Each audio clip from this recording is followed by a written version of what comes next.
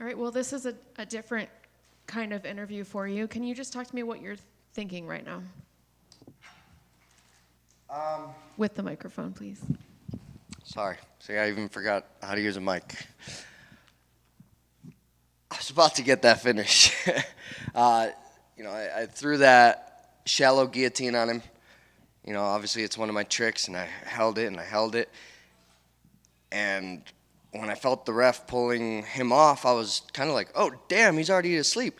I didn't even start the crank yet. There's two chances to tap. It's suffocating him, and then all I have to do is kind of crank it a little bit, and usually I'm getting just about everyone to tap. So that was really unfortunate. That was quite a few months of work, That was about 14 months since I was at Bantamweight. That's the weight class that all you guys wanted me to come into the UFC at. And that's what I can do in, I don't even know, what was that, 2 minutes? 2.5 minutes? Yeah, I want to run it back. Yeah, I think it's the same outcome minus, okay, Keith has a hard job. I'm not even going to shit on him. I get it. His arm was up. I watched it.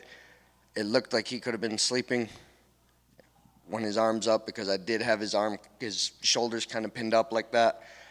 I can't really apologize. I wish I could apologize to all the fans who wanted to either see me get my hand raised, see me walk off with an L, or just wanted to watch me fight in general. Like, I apologize to all those fans. That's a tough one to swallow, and I'm just grateful for the UFC that I even have the opportunity to go try something like that. What was Ronnie ranked? 38th in the world? 38th in the world, all platforms. And I just went in there, and that was the most focused I've ever felt in my life. I felt amazing. It's tough when things don't go your way. And I had so many plans for myself this year. And that was the first hurdle, and someone took it from me. That hurts. Do you feel like there should be a change in the rules in the sense that maybe they look at the replay, realize they made a mistake, and just restart the fight? I would have liked that. Keep everyone out of the cage. Keep everyone out of the cage. Don't let any coaches come in. Don't let anything happen. Put us back in that guillotine. He would have been sleeping in 2 minutes. You already mentioned, you can't blame the referee, but would you be hesitant if he was going to ref your next fight? No. He doesn't want to make that mistake twice. I would trust him. What about your opponent? Did you guys speak? You said you want to run it back. He walked straight up to me and said, "Fuck you, man." I just laughed right away. I'm like, yo, either way you were going to go to sleep. If you weren't going to tap, you were going to bed. I was finishing that choke. You can ask the 100 of my training partners. Shout out to Professor Delmonica.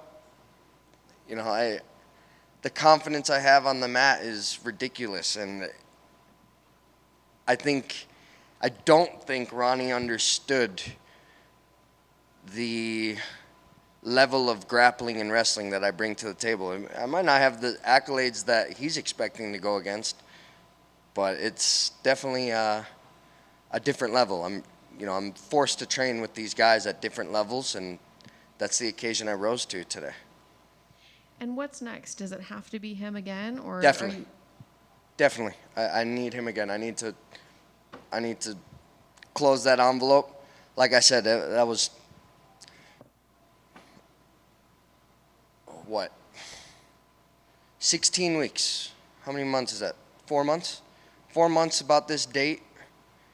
About 8 weeks, 9 weeks of having Ronnie live rent-free in my brain, doing everything correct. Look, I didn't even have a panic attack this camp. I have all my hair still.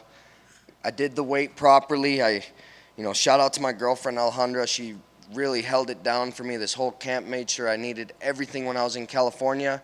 By the time I got to New Mexico, it was, it's her home there. I just wish she was with me when I was in that last bit of camp. I don't know, I really felt some sort of cause for this fight. That was the worst thing that could have ever happened. I didn't plan for that. I expected everything but that. I expected if I was going to lose, I would be bloodied and battered and on my back and fucked up. And I knew if I was going to win, I was going to be the happiest man in the world tonight. I didn't expect that. So when he said F you, was he being angry, or was it just more like a respect, like, hey, we just shared a crazy moment in there? I think it was more like that because it was before the no contest happened. It wasn't out of anger. Me and Ronnie have been following each other on social media for years now. He's a nice dude, has a nice family, great guy. Tonight was supposed to be my night. And as all that sort of confusion's happening there in the cage immediately after, did you understand what was going on at that time? Did they kind of fill you in? No. You saw the guys off to the side? No, once they started talking, that's when I was kind of like, wait, what? Alex, get over here. Let me choke your ass out and show you how it feels. I'm not kidding. Someone's got to lose. No, I was confused because that's my shit right there. That's my shit. We all know it's my shit. And for that to happen, it was, like I said, that was the last thing that I expected. It was garbage, man. Garbage. Like I said, I'm just grateful for the UFC. Like, to even give me these opportunities, man, I'm the luckiest guy in the world. But I work my ass off. I earned that luck. I work my ass off, and it takes a big team. It takes a village of people to get me on weight, to put me through the camps, to house me, to make sure that I'm at training every single day, 5 minutes late, maybe 10 minutes late. But every single day, I'm at 3 to 5 trainings a day. It took time. It took a lot of people. And I just hope that something fair comes out of it because I do appreciate it. I do want to fight again. I do want to give the people what they want.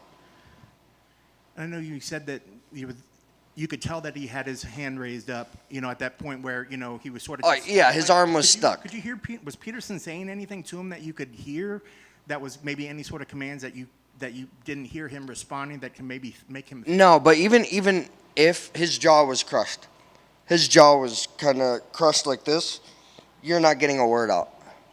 If he was getting a word out, I'm doing the choke wrong. Yeah. I guess the last thing for me, and I know you've been appreciative of the opportunity, but has the UFC reached out to you guys? I know a lot of people are wondering, it was no fault for you, there's no fault for Ronnie. Chill out. Say anything about show money? Chill, it happened like 20 minutes ago. Yeah.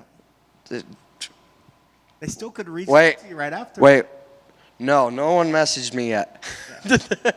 No, I like I said, I do things the right way.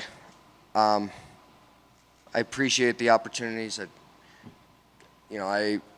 I'd like to fulfill what we said, which is, my 4-fight contract. My goal was I want to go through these contracts at 135. Let's do the math. That's three months. Fight every 3 months at 135. I could do that. That's my job. It's my full-time job. I can do that. That would be awesome. And it's gonna take time, and I just hope they can fulfill that. I hope they can fulfill that. Give me that fight again. I'll take it. When it comes to my pay, I just hope that people understand, it's more. It affects more than just me, and if they don't get it, that's okay. I'm gonna figure it out. I'm gonna do things correctly. I'm gonna continue doing things the right way. Literally, the last 3 months, I took a 5-minute ice cold shower every single day. Yesterday, about to go out to lunch after weigh-ins, and I was waiting for the shower to heat up. I'm like, wait, damn you asshole! You didn't even fight yet. Turned it on cold. Just stuff like that. I run on a trail. I run on the right side of the trail the whole time to remind myself I'm doing things the right way. I go through a door, I open the right handle just to remind myself I'm doing things the right way. I'm sick like that. That's how I think. That's how I know it's going to get done, and I'm going to continue to do that. And I hope because I do these things the right way that I'll, that the right will happen to me.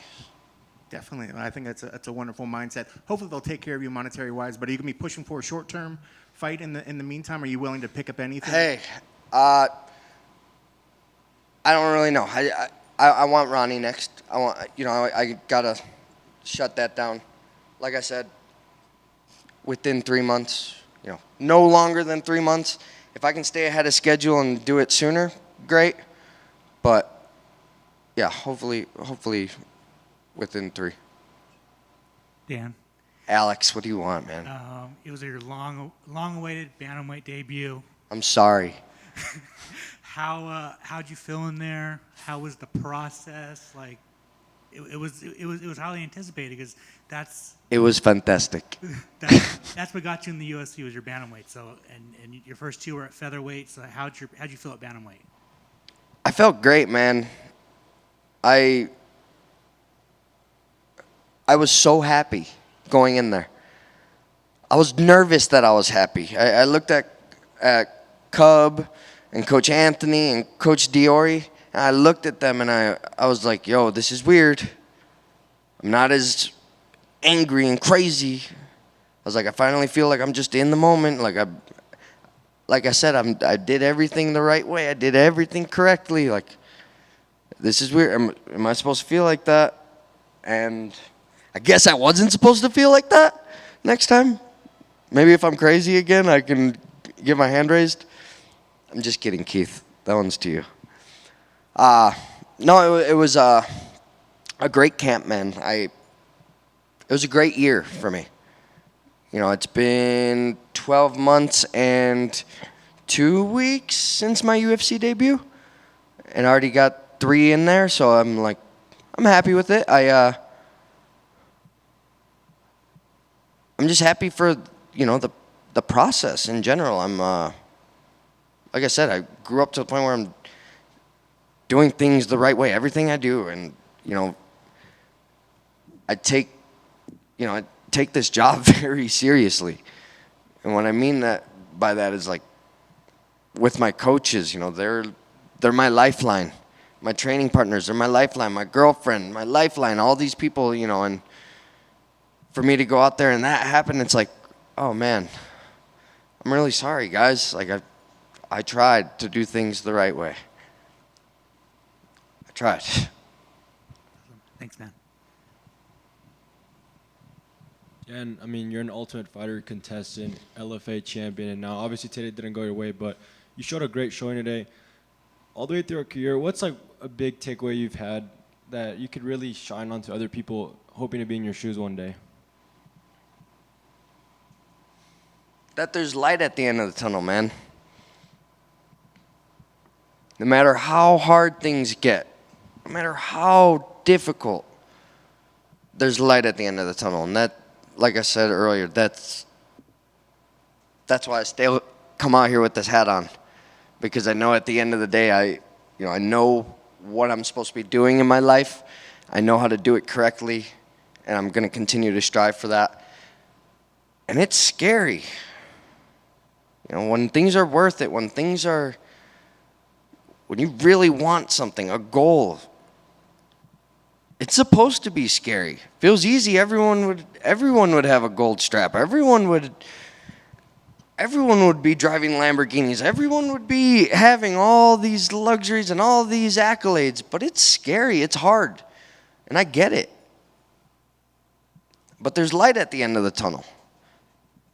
Put your shoes on, go outside, get some sun, touch a tree, go run, go cry, go yell, go scream, laugh, whatever.